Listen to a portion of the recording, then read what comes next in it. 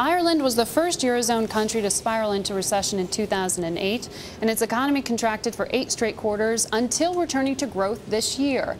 Unemployment's above 13%, though, and the deficit's at about 12% of GDP, so there's still questions about whether the worst is over. But after making dramatic cuts to the country's budget, Prime Minister Brian Cowen announced today a new spending program.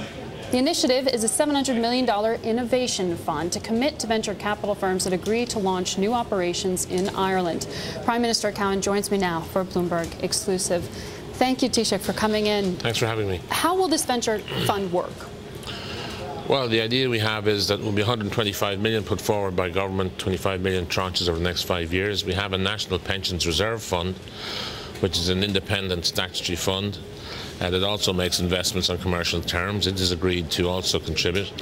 And we expect matching funds from many leading venture capital companies with whom we've been engaged for the last 6, 9, 12 months in terms of structuring this fund in a way that would meet market requirements and not just have funds come to Ireland, but also bring personnel from these top VC firms to Ireland to locate Ireland as an innovation hub, not only in terms of deal flow within Ireland and many small and technology companies coming up there, but also looking to opportunities for entrepreneurs in Europe to locate in Ireland as well, because this is an area, the VC market, which has not been as mature in scaling up companies in Europe as has been successfully done in the United States. And this is going to be run by an Intel executive, from what I understand. We'll have an advisory board headed by Mr. Callahan, who's from Intel Capital. He's been involved very much in the innovation task force, which I set up 9 months ago to come forward with real strong recommendations as to how we can improve Irish competitiveness. You've mentioned in the introduction reducing our costs is one way of regaining competitiveness. Also,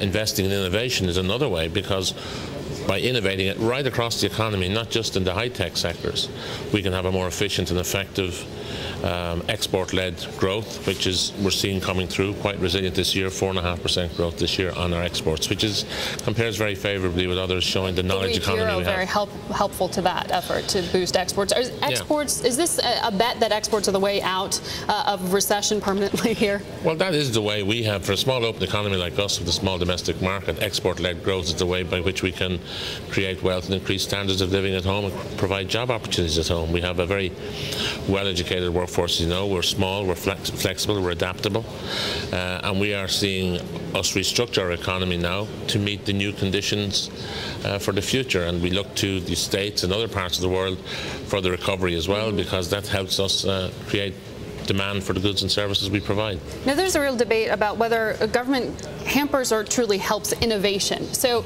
explain to me how you want to create sort of a Silicon Valley or an innovation hub in Ireland here. When you see those natural pockets that have bubbled up either in Boston or out in California, they're often around academic centers, they're around areas with a lot of capital ready to go. How do you create that? Well, we've spoken to people in Boston and Palo Alto as we've prepared this fund. Secondly, I agree it's the private sector who create jobs in our economy. What we have to do in government is facilitate the environment in which that can happen, and part of the environment is not just the enterprise-friendly regulatory arrangements we have, but also the financial environment. And financial environments about getting more credit access through our banking system, which we're restructuring, but also increasingly a joint venture, having risk capital available, because that's the sort of capital that has invested in companies that have scaled up before. Now, will the Irish government have a stake in any of these companies? Is that right? Well, obviously, as a part of our 125 million investment through our enterprise support agency, we will obviously take a share. And this is what is true is we get a rolling fund here. We've seen other countries like Israel do this very successfully. The OSMA funds have been an outstanding success.